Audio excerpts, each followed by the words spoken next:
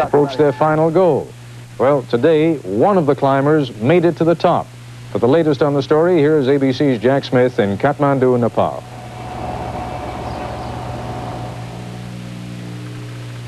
The last few thousand feet up Mount Everest. The Canadian summit team made it to the top in just 5 hours and is now coming down off the mountain.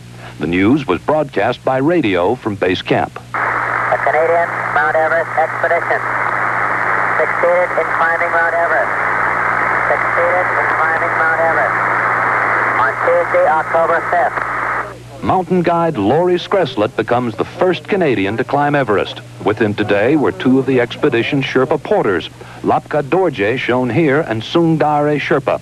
Sungdare has climbed Everest twice before and thus becomes the only man in history to have stood 3 times on the top of the world. The climb has generated considerable interest, not so much because it's the first Canadian attempt on Everest, but because the climbers planned a live TV broadcast from the summit. They were unable, though, to share their emotions with the world on reaching the top because their camera failed. But others have stood on the summit and know what it's like. Dr. Herman Barth, who climbed Everest 3 years ago. And when you are approaching the summit and you are aware of the fact that nobody can take you the summit away, that it's yours, that is this unbelievable feeling. I have to confess, we were a little bit crying because of joy and relief, and then I would say an immense feeling of thankfulness. A telephoto lens that was to have spotted the climbers this morning could only produce blurred pictures like this. The only technical success of the day was this charter airplane that flew past Everest while a camera inside took these rarely permitted shots of the mountain. This is the first time in 3 years it's been filmed from the air. The camera scanned the southeast ridge for some sign of the climbers, but they had already descended. They began climbing before dawn and were back at their high camp for lunch in near record time. Ironically, Ted, as you and I were talking to each other last night on this broadcast, Laurie Skreslet and the 2 Sherpas were actually standing on the summit. But of course, neither one of us had any way of knowing that because the radio battery, the battery on the radio that the climbers had gone dead, and we just didn't know that. We also know, of course, Jack, that camera that they took up with them, that suffered from battery problems also. I have to ask you, is it not possible for a plane to have dropped a battery to them, or a helicopter, I suppose, it can't go that high? Well, there are only 6 helicopters in Nepal, and none of them can go that high. A plane might have been able to drop it in the western Coombe, but the weather has to be absolutely perfect, and the battery would get damaged being dropped at that speed if indeed it didn't fall into a crevasse. It's almost a physical impossibility. Jack, I know that some of our viewers are aware of the fact that others are not. You are also a mountain climber. Is it much easier coming off the peak than it is going down, than it is going up? It's a two-edged sword. It's technically easier to come down because usually you take an easier route down or you retrace your steps.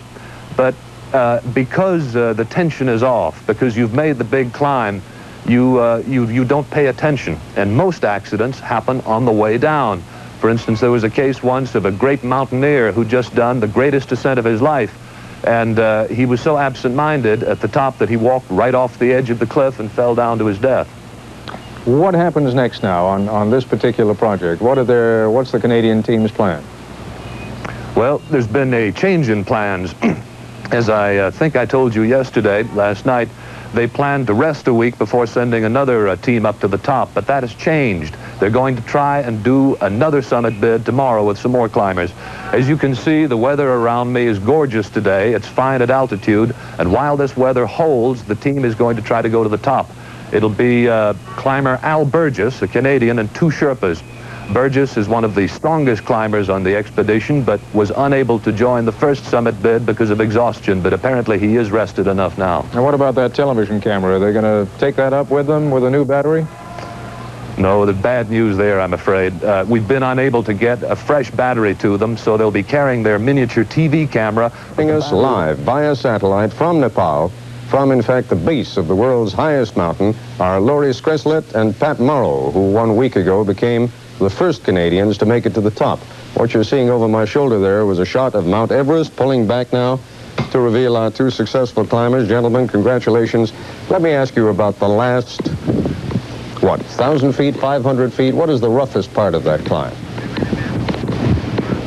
Laurie? Well, the highest camp was placed at around 26,000 feet, so it would be the last 3,000 feet. That took, we started at 2 o'clock in the morning and finally left at 4. It took us 5.5 hours to reach the summit from the high camp at 26,000. Laurie, 29,028 feet high. As you're talking now, we are showing some videotape of members of your team. I can't really tell which of you it is making your way up one part of the mountain. But what is it that is so particularly difficult about the final assault? Well, it's the altitude is the main problem. You take your oxygen mask off, and it's very, very difficult to breathe. You have no energy. It's difficult to stay warm. Your body just doesn't function properly. So the main problem with the last 3,000 feet is just technical problems, making sure your oxygen works, and making sure you got the energy to push those last 5 to 8 hours to get to the top. Pat Morrow, I know that one of the big disappointments for both you and Laurie was that what was to make this such a different climb from any of those that have preceded it was that you were going to videotape it all the way to the top, indeed beam back a live signal. I've got to ask you, why was it that you and some of the Sherpas who came along with you didn't carry an extra set of batteries? We, in fact, had several sets of batteries which we kept inside our jackets to try and keep them warm. And the thing that was the problem was the video recorder, which was frozen solid, and we couldn't get it to work even though we had warm batteries. And we just subsequently left the unit on the South Col where it remains right now. Is there any way, do you think, that someone will ever be able to go back up there again and use those units, or are they're just a remnant of your effort? No, they're a remnant of our efforts, I'm afraid. The only way they could be put into useful service again would be through taking up or warming the entire unit somehow, or would have been nice to have a small Super 8 camera which you could keep inside your coat at all times. Transfer the result onto video later. Laurie, as you know, this program is seen in Canada also, and there are a lot of Canadians who are watching you now. Very proud of both of you. Let me ask you the traditional journalist's question and see if you can give me an answer that goes beyond Edmund Hillary's. Why in heaven's name did you do it? Well, it was almost coming to Everest to climb Everest is almost like a pilgrimage for a serious mountaineer. And the 2 to 3 months that we spent on the mountain, I guess it sets a pretty high standard for you. It draws the best out of you, or the worst. And I'm proud to say that out of the whole team, it drew the best out of every one of us, I think, anyway. Pat, what do you think it was that you and Laurie had beyond just physical endurance that enabled you to go to the top, whereas the others only went part of the way? The main reason the others were turned back is through faulty oxygen equipment. And Laurie and I were fortunate enough to have chosen apparatus that worked. And in my case, because the other person was turned back, I felt much more motivation to get up there on behalf of the team. So it was just too bad we had to, the others were turned back on a technical point. One final question to both of you. One of the Sherpas who went up with you is now the first man to have reached the summit for the 3rd time. Would either one of you do it again? Oh, sure, I'd try Everest again. Maybe next time without oxygen, maybe by a different route. But it would take, without oxygen, another 3-4 years of training, I think. Laurie, hold the mic up to your mouth, or we can't hear you. It's really difficult. Oh, sorry.